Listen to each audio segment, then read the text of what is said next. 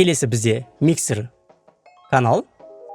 Миксер канал дәл сол элементтерді миксер каналда қайталайды.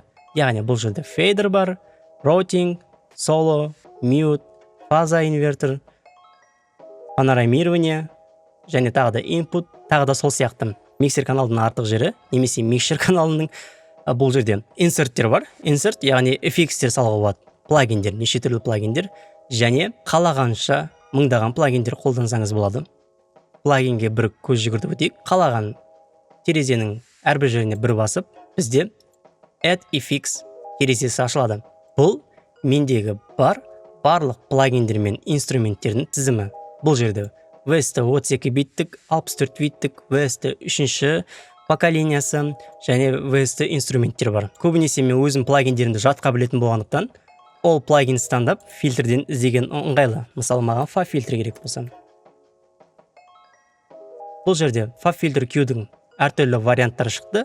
Бағана айтқандай, моно, VST 64 биттік және VST 3 плагинді инсертке салу үшін жай ғана Add кнопкасын басамыз. Көріп отырғаныңыздай бізде плагин ашылды. Плагинге сөндіру үшін немесе байпас жасау үшін бұл жерде галочка бар. Алып тұрсаңыз плагин сөнеді. Плагин сөнген кезде әріптер сары түске боялады. Егер қосатын болсақ, ақ түске боялады. Немесе екінші нұсқа FAB фильтрдің үстіне барамыз, Shift-ті басамыз, үстінен мышканың сол жақ кнопкасымен бір рет басамыз, сөнеді. Көріп отырғаныңыздай галочка жоғалды. Немесе қайта қосамыз.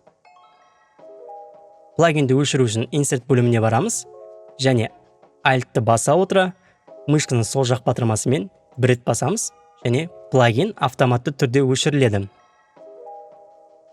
Тағы да FX-қа кірейік. Бұл жерде VST-лар тұр, тек қана VST варианттарын көрсетеді, VST инструменттер және JS плагиндер. Бұл жерде көптеген JS плагиндер бар. Бұл Reaper-дің заводской плагиндері. Бағана біз SOS қондырдық, соның қосымша плагиндері. Және келесі бөлім Instruments. Бұл жерде тек қана инструменттер. Келесі Kakos бөлімі, яғни бұл жерде тек қана Reaper-дің өзінің жекеменшік плагиндері. Бұл жерде Equalizer, Reverb, Delay, Compressor барлығы бар. Келесі бұл жерде категория. Категорияны ішіне кіруге болады. Компрессор керек болса, Dynamics-ке барасыз. Әртүрлі компрессорлар шығады. Мастеринг плагиндер. Тек қана мастеринг плагиндер шығады. EQ, эквализация. Категория бөлімімен көп қолданбаймын. Сондықтан плюс и минус жауып қоюға болады. Келесі.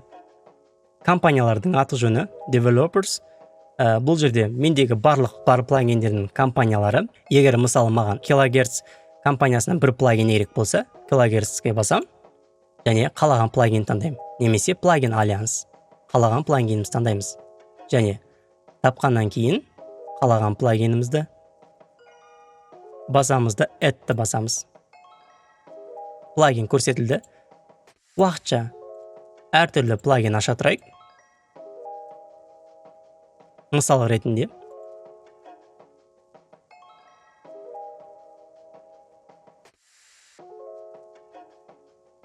сіз егер инсертке көптеген плагиндер қондырдыңыз және жөнделген тректің жөнделмеген варианты мен жөнделген вариантын салыстырғыңыз келсе, ол кезде кнопканың суреті бар, сөндіріліп қосу, соны басамыз. Ол кнопканы басқан кезде барлық плагиндер автоматикалық түрде сөнеді. Ал егер қосатын болсақ, барлық плагиндер қосылады. Яғни бұл өте ыңғайлы. Тректі жөнделгеннен кейінгі нұсқасын тыңдау, жөнделмегенге дейінгі нұсқасын тыңдау. Келесі, бүкіл плагиндерді өшіру үшін біз жаңағы айттық, Alt-ті басып, мышканың сол жақ батырмасын басамыз. Егер барлық плагиндерді өшіргіңіз келетін болса, ол кезде Alt-ті басып, FX-дің үстіне 2 рет басамыз.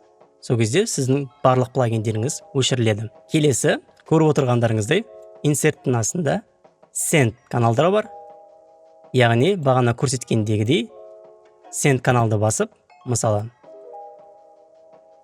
Reverb-ке, Flanger Delay-ға посыл и возврат істеуге болады. Оны практика жөнінде тағы да қайталайтын боламыз. Мастер канал. Мастер каналда миксер каналға өте ұқсас. Insert, яғни мастер каналға insert қоюға болады. Мына жерге плагиндер, лимитер, компрессор, тағы да басқа. Келесі output біздің картаның және мастер каналды солға немесе оңға панорамировать етіп тыңдауға болады, немесе моноды қылып тыңдауға болады. Әрқашан моно режимінде баланс жасаймын. Келесі mute, мастер канал, соло және фейдер.